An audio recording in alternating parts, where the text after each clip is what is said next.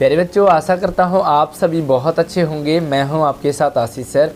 आज हम worksheet number 75 class 10 subject Hindi Kshitij में मानवीय करुणा की दिव्य चमक चैप्टर को कंटिन्यू करेंगे। तो आइए शुरू करते हैं। इससे पहले वीडियो को लाइक करके अपने सभी दोस्तों को शेयर कर दीजिए क्लास ग्रुप में।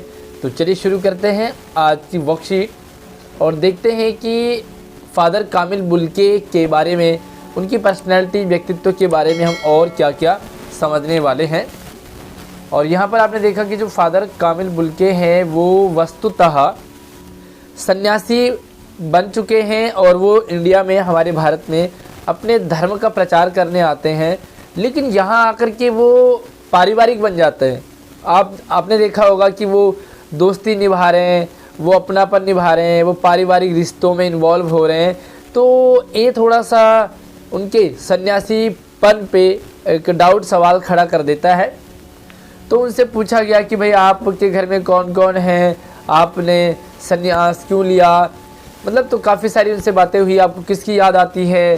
फिर उन्होंने बताया कि भाई मम्मी की याद आती है, कितने लोग हैं वगैरह वगैरह। तो उनसे पूछा गया कि भाई आप सन्यासी क्यों बनना चाहते थे या सन्यासी क्यों बने आप? उन्होंने कहा प्रभु की इच्छा है। मतलब इस सवाल का उनके पास कोई जवाब नहीं था। मैं भी ढूंढना चाह रहा था कि कुछ बोले वो, लेकिन उन्होंने टाल दिया कि प्रभु की इच्छा है। वह बालक को किसी सरलता से मुस्कुराकर कहते कि प्रभु की इच्छा है। उन्होंने कहा और मैं सन्यासी बन गया। माँ ने बचपन में ही घोषित कर दिया था कि लड़का हाथ से गया।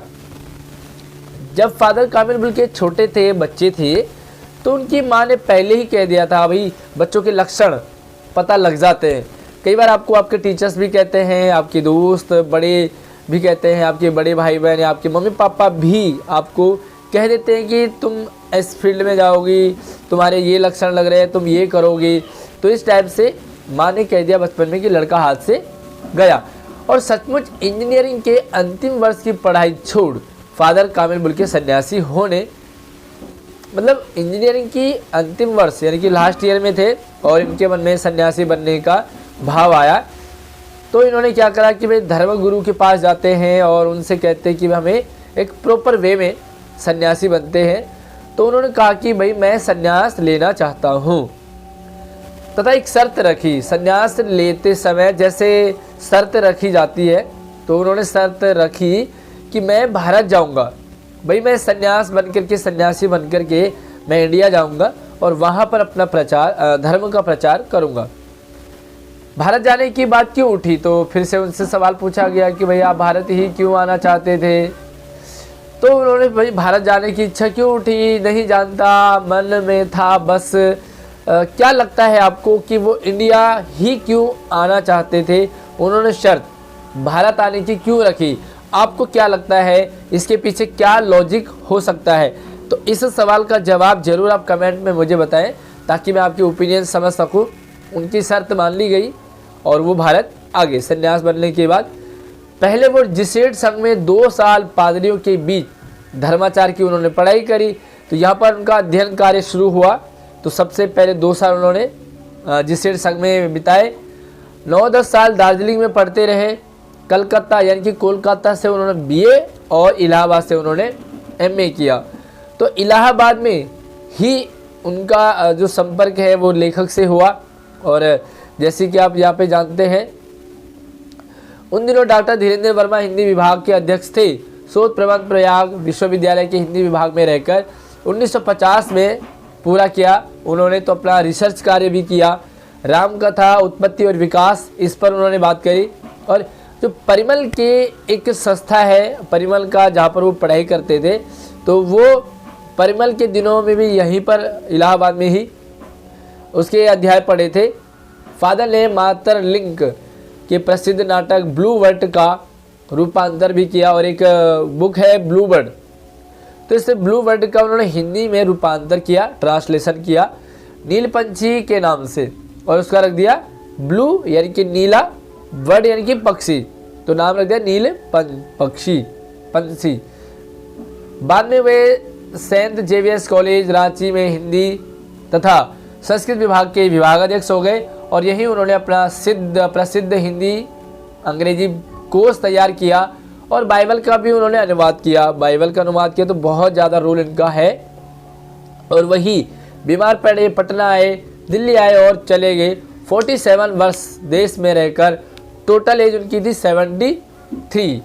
तो ये आपकी आज की वर्कशीट है। तो चलिए देखते हैं कितना आपको समझ में आया। पहला सवाल है कि भाई लड़का हाथ से गया, ये किसने घोषित कर दिया था? किसने कहा कि लड़का हाथ से गया? तो बचपन में लेखक की माँ ने उनके लक्षण देखते हुए ये कहा कि लड़का हाथ से गया। तो पूरी आप लाइन लिखोगे तो आपको पूरे मार्क्स इसमें मिल जाएंगे। एग्जाम में अगर इस तरह से प्रश्न आते हैं तो दूसरा सवाल, फादर बुल्के के मन में सन्यास की इच्छा कब जगी? आखिर वो कब सन्यास बनना चाहा उन्होंने? तो आप पूरा लिखोगे कि फादर कामिल बुल्के के मन में सन्यास बनने की इच्छा तब जगी जब वो इंजीनियरिंग के अंतिम वर्ष में अध्ययनरत थे या पढ़ाई कर रहे थे। फादर ने सन्यासी बनने के लिए क्या शर्त रखी? तो शर्त अभी आपको शेयर किया मैंने। उन्होंने शर्त रखी, फादर कामिल बुल्के ने सन्यासी बनने के लिए शर्त रखी कि वो भारत जाएंगे और भारत में ही अपना धर्म प्रचार करेंगे। अगला सवाल है, फादर बुल्के ने धर्माचार की पढ़ाई कहाँ पूरी की? तो धर्माचार की पढ़ाई कहाँ करी उन्होंने? जिसेड संघ में। तो ऊपर आया यहाँ पर देखो, जिसेड संघ में उन्होंने पादरियों के बीच में।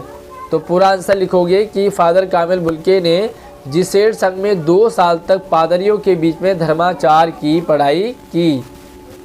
चलिए अगला सवाल आपके लिए है कि फादर की भारत में हुई शिक्षा यात्रा को विस्तार से लिखिए। तो भारत में उनकी जो शिक्षा है वो किस किस तरह से हुई? तो आप देख सकते हैं कि भाई सबसे पहले वो देखो, उन्होंने एमए किया कलकत्ता से, दार्जिलिंग में पढ़ा उन्होंने, जिसेड संघ में पादरियों के साथ धर्माचार किया। उसके बाद इलाहाबाद से उन्होंने एमए किया, ठीक है। और फिर वो यहाँ पर उन्होंने हिंदी अंग्रेजी कोर्स का भी उन्होंने मतलब वो किया, हिंदी एक बुक लिखी, हिंदी अनुवाद बाइबल का। तो काफ़ी रोल उनका रहा। चलिए एक एक्टिविटी है आपके पास, कार्यपत्र में कठिन शब्द छांट करके लिखिए और अर्थ पता लगाइए। तो आई थिंक आपको कठिन शब्द मैंने यहाँ पर क्लियर कर दिए थे। तो शायद ही आपको कोई कठिन शब्द लग रहा हो। अगर आपको इस चैप्टर में कठिन शब्द लगे जिसका अर्थ आपको नहीं पता तो मुझे आप कमेंट में कर पूछ सकते हैं, मैं आपको उसका आंसर बताने की कोशिश करूँगा। और अगली है एक एक्टिविटी है, और ये कमाल की एक्टिविटी है। इसमें आपने पूरा रोल निभाना है और मुझे कमेंट में भी आप बताएंगे इसका आंसर कि आपने अपनी उच्चतम शिक्षा कहाँ तक और किस विश्वविद्यालय से प्राप्त करने का लक्ष्य रखा है।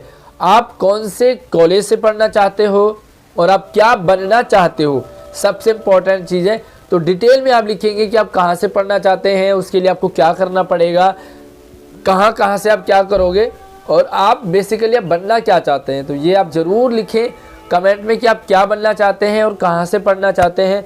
मैं आपको गाइड करूँगा कि भाई इन फ्यूचर आप 10th पास के बाद आप क्या करें। तो आपके लिए अच्छा रहेगा कि आप अपना ज़रूर कैरियर सेट करें। तो मुझे कमेंट में बताएंगे। वीडियो को लाइक करके शेयर कर दीजिए। धन्यवाद।